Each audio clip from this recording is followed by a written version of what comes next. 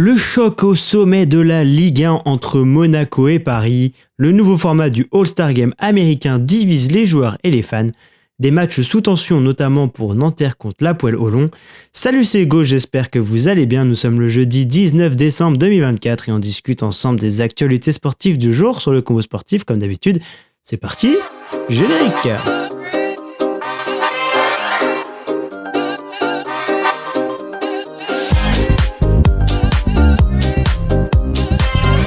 Hier soir, on disputait la dernière rencontre de Ligue 1 McDonald's de l'année civile 2024 et il opposait ce dernier match, les deux meilleures équipes du championnat, à savoir l'AS Monaco et le Paris Saint-Germain. Dans une rencontre assez ouverte et plutôt plaisante à regarder, faut se l'avouer, ce sont les Parisiens qui ont frappé les premiers par l'intermédiaire de Doué en première mi-temps. Cette dernière a notamment été marquée, cette première mi-temps a notamment été marquée par la grave blessure du gardien italien Donnarumma, qui a dû sortir après un choc terrible avec le monégasque Singo lancé à pleine vitesse qui lui a laissé la délicatesse de goûter à son crampon en plein visage. L'image était impressionnante, tout comme les points de suture que a reçu le gardien italien sur le visage après la rencontre. Je sais pas si vous avez vu la photo, mais c'était quand même sacrément impressionnant. Après ce malheureux incident qui était, vous l'aurez compris, totalement involontaire, le jeu a repris et le début de la demi-temps a été totalement en faveur des Monégasques qui ont égalisé puis pris les devants à la 60e minute grâce à une réalisation de Mbolo. Touché, le PSG a rappelé qui était le patron de cette Ligue 1 et Ousmane Dembélé a inscrit le premier de ses deux buts de la soirée. Le PSG a égalisé et a repris même les devants à la 80e et pour clôturer le bal a inscrit un dernier but à la 90e, victoire 4-2 au final pour Paris, désormais leader incontesté du championnat de France à la trêve hivernale.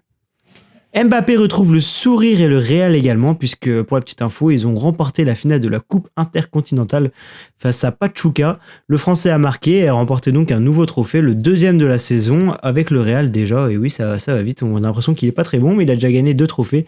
Bien que je vous rassure que la Coupe intercontinentale n'est pas quelque chose d'hyper valorisant sur le CV, mais bon, c'est quand même bon à prendre comme j'ai envie de dire.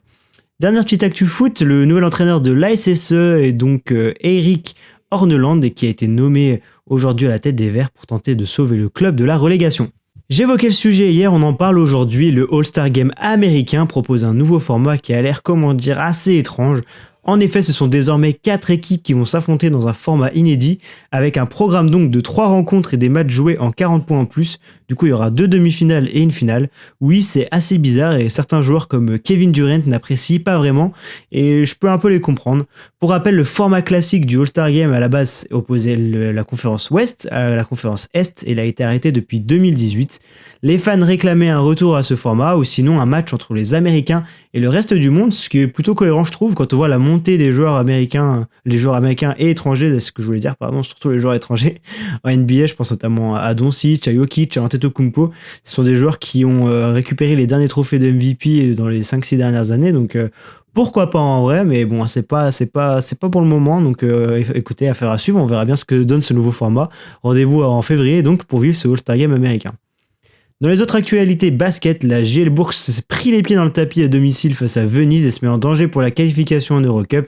Dans la foulée de la défaite, les Bressans ont annoncé la signature d'un ancien de Betclic Elite, à savoir Brandon Jefferson. L'autre match de la soirée opposait Nanterre et l'Hapoel Holon et elle a été théâtre malheureusement de tristes scènes avec des affrontements entre des pro-palestiniens et des supporters israéliens.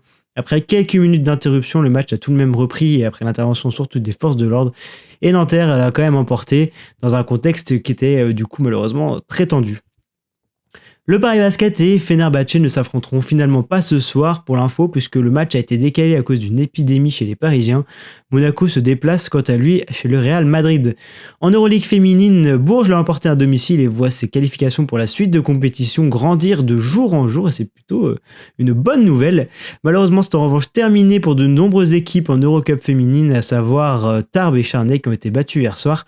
Ça continue en revanche pour l'AT Montpellier, le SBVA Villeneuve et enfin l'Asvel qui a par ailleurs disputé sa dernière rencontre dans la salle de Mado Bonnet, j'ai mal prononcé, avant de déménager au Grand Palais début janvier. Ça rime en plus, c'est super. J'en profite pour saluer Noé Delaunay alias Daily, créateur de contenu sur le basket féminin, qui avait monté une belle troupe de supporters dans cette belle salle et qui va se faire opérer prochainement des croisés. Big up Noé et courage à toi. Écoutez, c'est déjà la fin de ce point actu du jour sur les actus sportives. On se donne rendez-vous dès demain, vendredi, dernier jour de la semaine pour les actus sportives du jour. On se retrouve ensuite lundi pour le Big Combo comme d'habitude. N'oubliez pas de vous abonner, portez-vous bien, c'était Hugo pour le Combo Sportif. Bonne soirée, bonne journée à toutes et à tous. Ciao tout le monde!